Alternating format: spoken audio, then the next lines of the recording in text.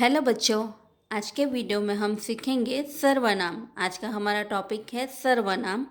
सर्वनाम किसे कहते हैं? सर्वनाम यानी कि प्रोनाउन। तो चलिए अब हम सर्वनाम का अर्थ समझते हैं। जो शब्द संज्ञा शब्दों के स्थान पर आते हैं उन्हें सर्वनाम कहते हैं। जैसे मैं, हम, तू, तुम, आप, वे, कौन, कोई, जो, स्वयं, खुद। ये शब्द क्या हुए? सर्वनाम शब्द हुए। तो जो शब्द संज्ञा शब्द के स्थान पर काम आते हैं तो उन्हें क्या कहते हैं? सर्वनाम कहते हैं। आगे के क्लास में हम सीख के आए हैं सर्वनाम। तो सर्वनाम के भेद। तो सर्वनाम के कितने भेद होते हैं? तो सर्वनाम के भेद 6 होते हैं। तो पहला कौन सा भेद है? पुरुषवाचक सर्वनाम यानी कि पर्सनल प्रोनाउन। बोलने वाला अपने लिए या दूसरे के लिए जिस सर्वनाम का उपयोग करता है उसे पुरुषवाचक सर्वनाम कहते हैं। बोलने वाला व्यक्ति अपने लिए या दूसरे के लिए जो शब्द यूज़ करता है उसे क्या कहते हैं? सर्वनाम कहते हैं, यानी पुरुषवाचक सर्वनाम। पुरुषवाचक सर्वनाम के अंदर ही है भेद। पहला है उत्तम पुरुष यानी फर्स्ट पर्सन। तो खुद बोलने वाले को उत्तम पुरुष कहते हैं। जो खुद बोल रहा है उसे क्या कहते हैं? उत्तम पुरुष यानी फर्स्ट पर्सन।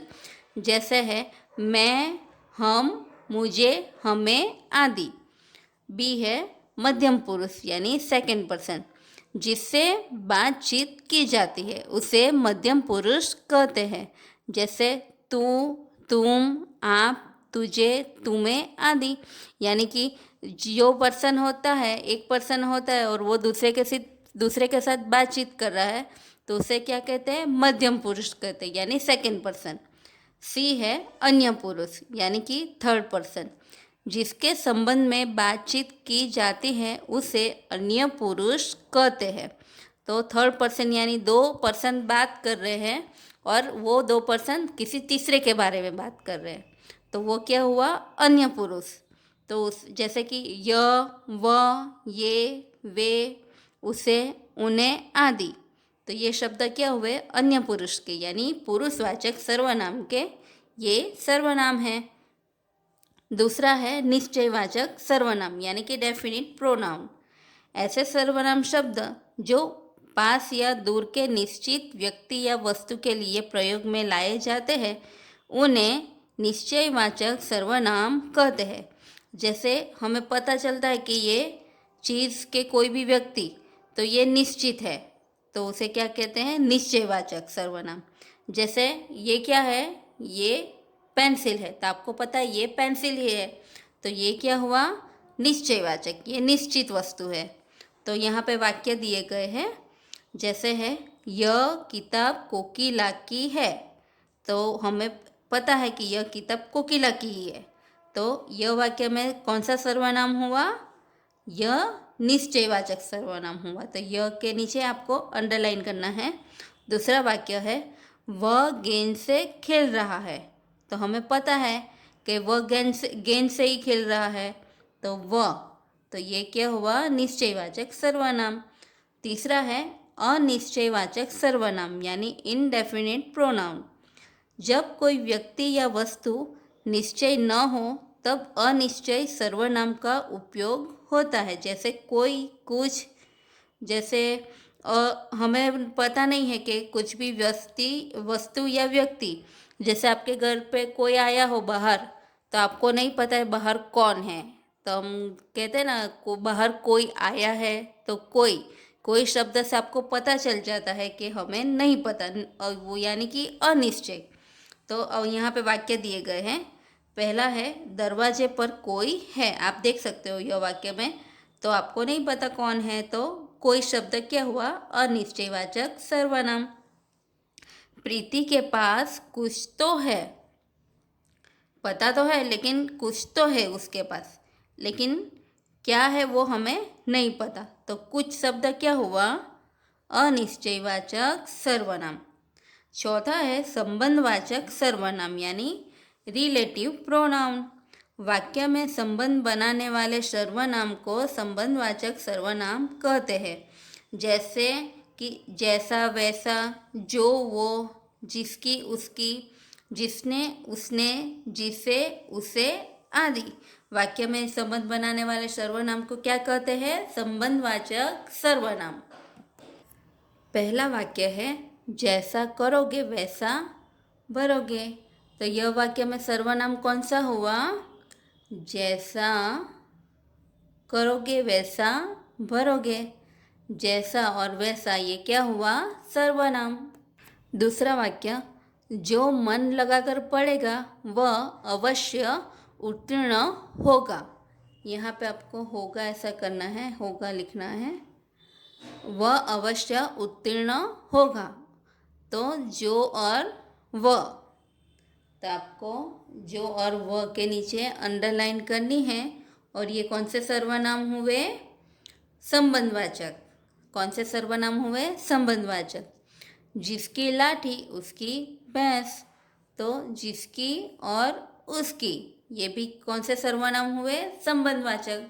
तो आपको ये शब्द भी लर्न करने होंगे। पांचवा है प्रश्नवाचक सर्वनाम यानी इंट्रोगेटिव प्रोनाउन। संज्ञा के विषय में जिन शब्दों से प्रश्न किया जाए वे प्रश्नवाचक सर्वनाम कहलाते हैं।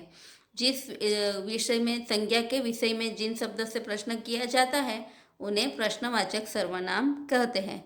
जैसे कौन, किससे, क्या, किसने आदि। पहला है वह कौन जा रहा है। तो प्रश्न हुआ ना, कौन जा रहा है।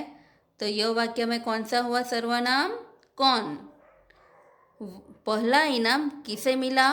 तो किसे शब्द क्या हुआ? सर्वनाम। तीसरा है आप क्या लाए हैं। यहाँ पे आपको ल करना होगा। क्या लाए हैं। तो क्या शब्द क्या हुआ? प्रश्नवाचक सर्वनाम। किसने कहा आज छुट्टी है। तो किसने क्या हुआ? प्रश्नवाचक सर्वनाम। तो आपको ये सेंटेंस पढ़ते ही समझ आ जाता है कि यहाँ पे प्रश्न किया है और प्रश्नवाचक सर्वनाम है ये कौन, किसे, क्या, किसने। निजवाचक सर्वनाम यानी कि रिफ्लेक्सिव प्रोनाउन। कुछ सर्वनाम शब्दों का प्रयोग स्वयं के लिए किया जाता है, यानी कुछ सर्वनाम शब्द होते हैं वो खुद के लिए प्रयोग किया जाता है। तथा जिनसे अपनेपन का बोध होता है उन्हें क्या कहते हैं? निजवाचक सर्वनाम कहते हैं। जैसे खुद के लिए सर्वनाम का प्रयोग होता है उसे क्या कहते हैं? निजवाचक सर्वनाम कहते हैं। जैसे यहाँ पे थोड़े शब्द हैं, खुद, आप, स्वयं, अपने आप आदि। जैसे हम वाक्य समझते हैं, मैं स्वयं चला जाऊंगा। तो यह वाक्य में कौन सा निजवाचक सर्वनाम हुआ? स्वयं। ये आपको ये याद रखना है शब्द स्वयं। दूसरा है वह आप ही चला गया। वह आप ही चला गया। तो आप शब्द क्या हुआ? निजवाचक सर्वनाम। मैं अपने आप पढ़ लूँगा। तो अपने आप निजवाचक सर्वनाम। ये सर्वनाम शब्द कौन सा है? जो खुद के लिए प्रयोग किया गया है तो उसे निजवाचक सर्वनाम कहते हैं। वे खुद चले गए। तो खुद शब्द क्या हुआ? निजवाचक सर्वनाम। आपको शब्द पढ़ते ही समझ जाना चाहिए कि ये कौन सा सर्वनाम है। वचन के अनुसार सर्वनाम शब्द के रूप बदल जाते हैं। एक वचन, बहुवचन। मैं का बहुवचन होता है हम। मेरी का बहुवचन होता है हमारी। उसे का बहुवचन उन्हें। यह का बहुवचन क्या होता है? ये। तुझे का बहुवचन होता है तुम्हें। आपको सर्वनाम किसे कहते हैं वो भी लर्न करना है, सर्वनाम के कितने भेद होते हैं वो भी लर्न करना है, और सर्वनाम शब्द भी आपको लर्न करने होंगे, तो ही आपको सर्वनाम ये टॉपिक हमारा आएगा आपको। चलिए अब हम उसका सर्वनाम का अभ्यास सीखते हैं। नीचे दिए गए वाक्य में सर्वनाम शब्द को रेखांकित कीजिए। यहाँ पे आप देख सकते हो 1 to 17 यानी 1 से 17 तक के वाक्य दिए गए हैं। तो उसमें सर्वनाम ढूंढना है हमें। जैसे पहला वाक्य है हम पाठशाला जाएंगे। तो यह वाक्य में कौन सा सर्वनाम हुआ? तो यह वाक्य में हम शब्द सर्वनाम हुआ, तो उसे हमें क्या करना है? रेखांकित यानी कि अंडरलाइन करनी है। दूसरा वाक्य है यह मेरी किताब है, यह मेरी किताब है। तो ये क्या हुआ? सर्वनाम, तो उसके नीचे भी हम रेखांकित करेंगे। ऐसे आपको सभी वाक्य पढ़ना है, समझना है और सर्वनाम शब्द के नीचे आपको रेखांकित करना है यानी अंडरलाइन करनी है। दूसरी एक्सरसाइज है कोष्टक में दिए गए शब्दों में से सर्वनाम चुनकर रिक्त स्थान भरो। तो यहाँ पे ब्रैकेट्स में आप देख सकते हो रमेश, वह, मीता, हम, उसे, मैं, हम, कौन। तो यहाँ पे पहली खाली जगह है डैश 30 वर्ष का है, तो हमें तो सर्वनाम लिखना है।